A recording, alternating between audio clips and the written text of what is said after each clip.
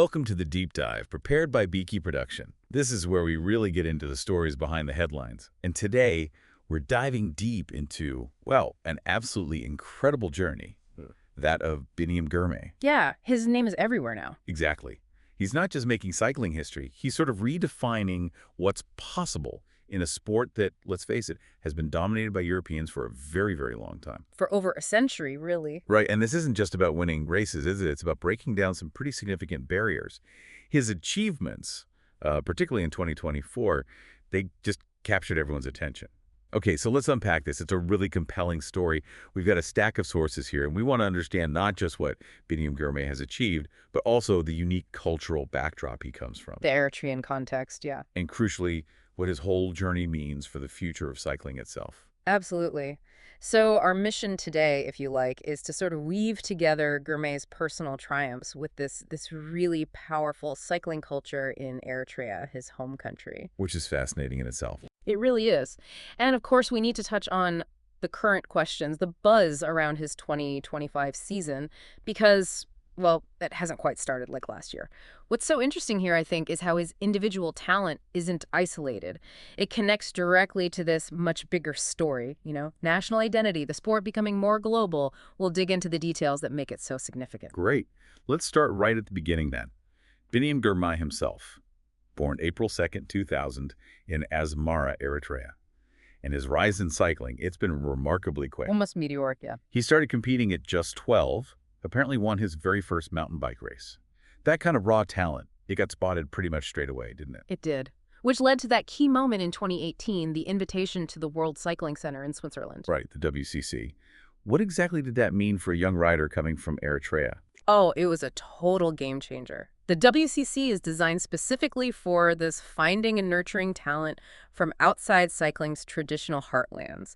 So for Biniam, it meant suddenly having access to, top-level coaching, better equipment, regular international competition, stuff he just wouldn't get back home. It's where potential gets polished. Exactly. Polished into elite performance, and we saw the results pretty fast. And what results? His junior career was just explosive. In 2018 alone, triple junior African champion road race, individual time trial, and the team time trial. Yeah. He just swept the board. Domination. But here's a stat that really jumps out at me. He won a stage at Albethemister Stavlot, a big junior race, and he beat Remco Evenepoel. Yeah, the Remco Evenepoel. I mean, for anyone who follows cycling, Evenepoel was already seen as this wonder kid. What did that win signal back then? It was a huge statement.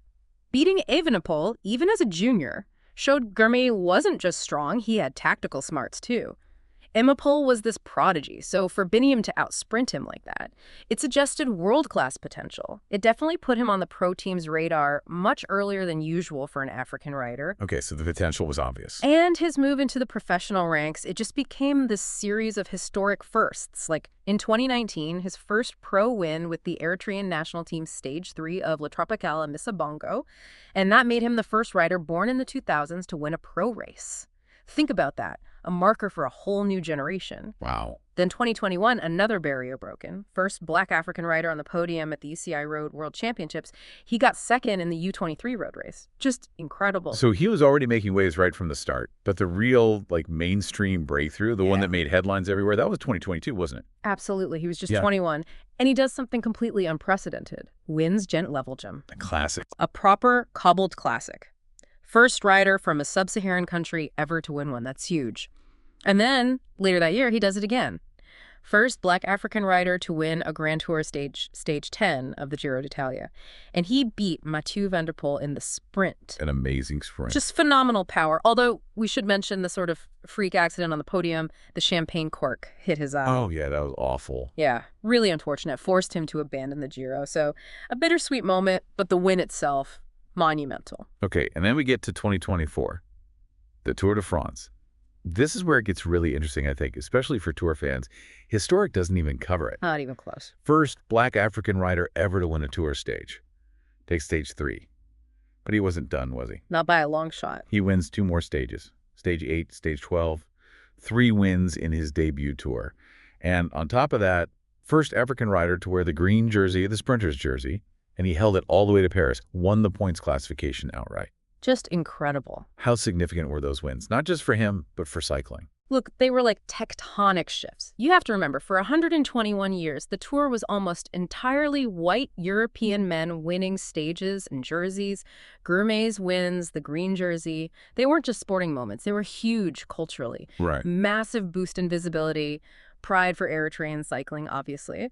But broader than that, it sent this powerful message about diversity, about talent existing everywhere. It really forced the sport to look beyond its traditional borders. It wasn't just Biniam's win.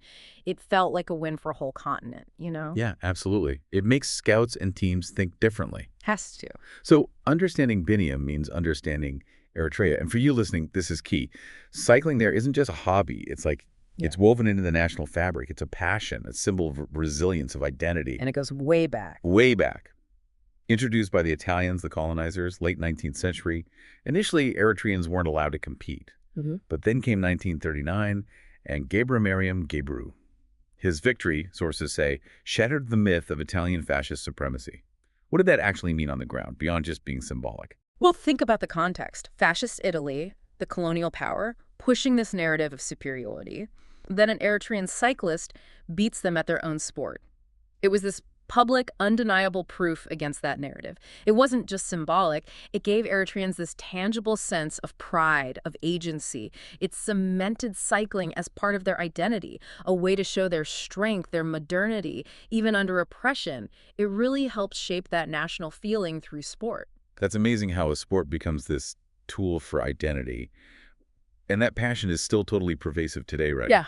Biniam's own father, described as a devout cycling enthusiast, watched the tour with him from when he was tiny, like 4 or 5 years old. Calling it the #1 sport in the world. Exactly. And you see it everywhere. During the tour, apparently cinemas in Eritrea barely show movies. Cafes, homes, they're streaming the race 247. It's a national obsession. Total immersion. And Eritrean fans travel. They flock to the actual tour course in droves just to cheer for Biniam. And get this, the green jersey, Biniam's jersey, is apparently held in higher regard than the GC yellow jersey in Eritrea. That's wild. What does that tell us? I think it speaks volumes about how they connect with their heroes. The green jersey is visible, tangible success in sprints. It's exciting, it's dynamic. Seeing Biniam dominate that, wear that specific jersey, it's this massive point of pride. It's about that visible, explosive victory on the world stage, maybe more than the sort of longer game of the overall classification. It connects directly to their rider's strength. Okay, that makes sense. Visible success. And beyond the passion, Eritrea itself offers some real training advantages. The capital, Asmara, is way up high, 2,400 meters. Wow, serious altitude. Yeah, perfect natural high-altitude training. Builds lung capacity, endurance, plus the landscape is super diverse. Mountains, hills, flats, you can train for anything. And the weather. Mild, dry climate. Great for year-round training.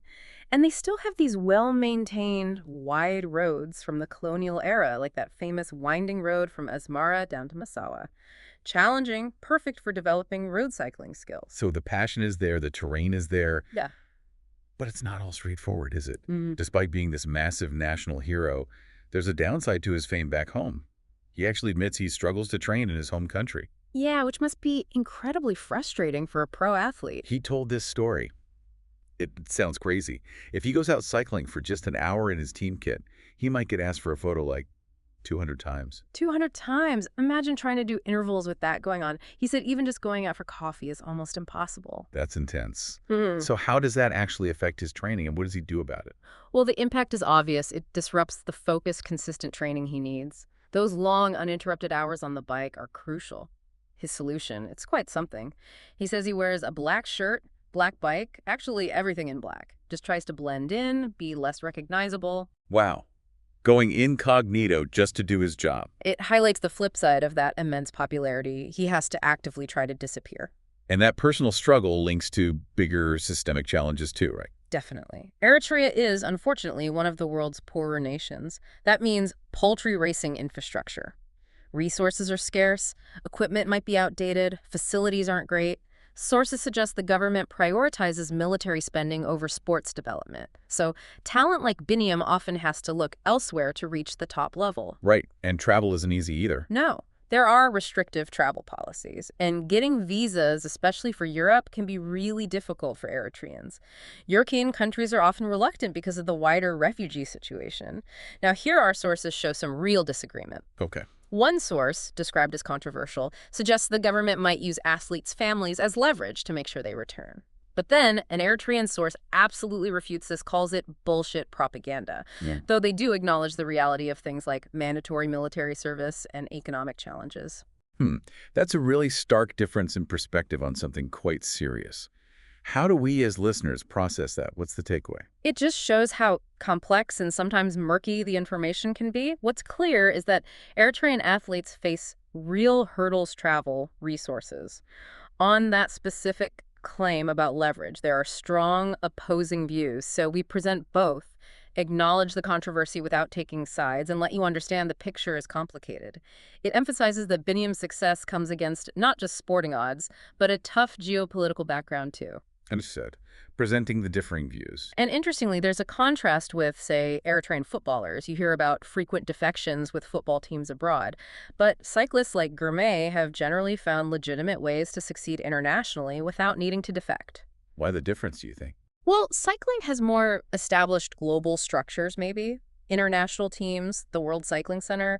There's perhaps more global support and opportunities. Plus, some sources suggest a stronger sense of national identity, specifically within Eritrean cycling culture. It seems to offer a pathway to compete globally while staying connected to home. Okay, let's shift to his team then. He signed with Intermarché-wanty back in 2021. He's been the star rider, delivering huge results for them. And what's really interesting here is his loyalty. It's a real heart over money situation.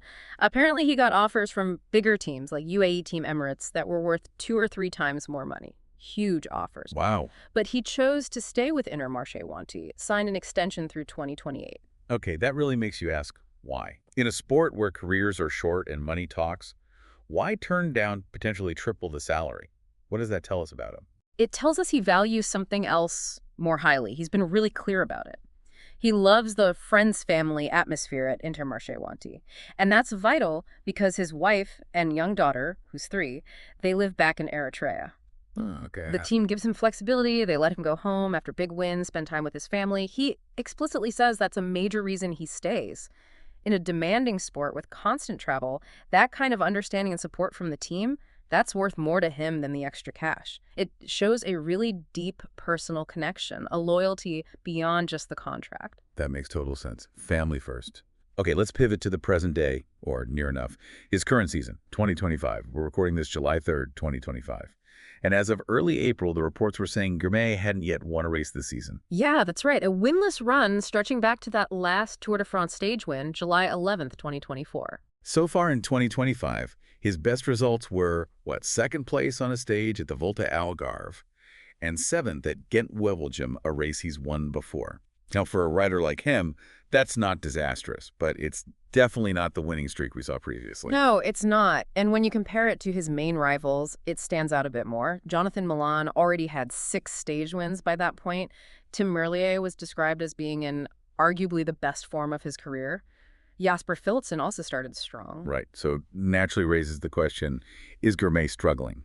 Is something off? Or is there maybe another explanation? I think we need to be careful before jumping to struggling. Context is key here. Firstly, Girmay historically doesn't always peak early. He's not typically a rider who comes out flying in February or March. Okay. Many top sprinters, especially those targeting the Grand Tours, build their form more gradually. Secondly, his best results often come when the pressure is highest in major races, especially the Tour de France. And he's targeting the Tour again. He's explicitly said the Tour is one of his big goals again in 2025. He wants to defend that green jersey, so it strongly suggests he might be playing the long game. A deliberate, measured buildup aimed at peaking in the summer, aiming for another historic July. The early season results might just be part of that plan, not a sign of poor form. Right, a strategic buildup, not necessarily a dip in form. That's a really important distinction. What kind of mental strength does that take, though, to stick to the plan when others are winning and the pressure is mounting? Oh, immense discipline and huge trust in your coach, your training plan. You have to resist that temptation to chase early wins, which could risk peaking too soon or burning out. For Biniam, with that national expectation on him, it must take incredible mental fortitude to ignore the noise, the questions about the winless streak, and just focus on that long-term goal months away. It's definitely a calculated approach, but it's one that worked wonders for him in 2024. Okay, so time will tell on that front. As we've covered today, though, Biniam Girmay's journey is just phenomenal. From that kid watching the Tour in Asmara with his dad to becoming this global cycling icon, shattering barriers, inspiring a whole continent, it's way more than just race results. Absolutely. His impact is massive. He's this huge symbol of pride and inspiration across Africa. Proof that talent can come from anywhere and reach the very top.